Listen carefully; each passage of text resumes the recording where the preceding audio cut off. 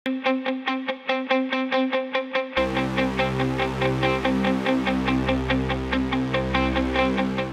Test match पूर्व team India पई good news. दल को कमब्याक करि पारंती जने घातक बॉलर। चतुर्थ टेस्ट मैच रे टीम रु बाद पड़िथिले अनेक खिलाड़ी। भारत और इंग्लैंड मध्य चलिथिबा टेस्ट सीरीज रो पंचम तथा अंतिम मैच मार्च 7 तारिख रे धर्मशाला रे खेला जिवो। ए मैच रे टीम इंडिया जने घातक बॉलर को कमब्याक नै कल्पना करा जाउछि।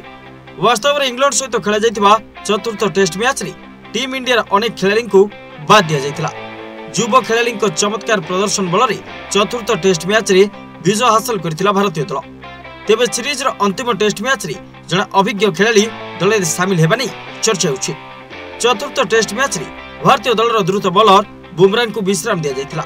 बुमराह क्रमागत भावे दल पई खेलुथिले। कार्यभार परिचालना हेतु तांको गोटे मैच रो विश्राम देबाकू टीम मैनेजमेंट पक्षरु निष्पत्ति निया जाइथिला।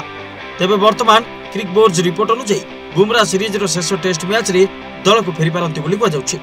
बुमराह को अनुपस्थिति रे बिहार रो द्रुत बॉलर आकाशदीप डेब्यू करबा नै सुजोग पाइथिले। सुजोग रो भरपूर फायदा उठाई आकाश चमत्कार प्रदर्शन करथिले। तेबे वर्तमान बुमराह दल को फेरिबा नै कह जाउछि। फल अंतिम टेस्ट मैच रे भारत रो प्लेइंग 11 रे परिवर्तन होई पारे बोली कह जाउछि। प्रकाश थाउ कि इंग्लैंड सहित खेला जाउथिबा टेस्ट सीरीज रो प्रथम 3टी मैच रे बुमराह बेस भल प्रदर्शन करथिले। 3टी मैच रे बुमराह 17टी विकेट निथिले। Report rising Odisha.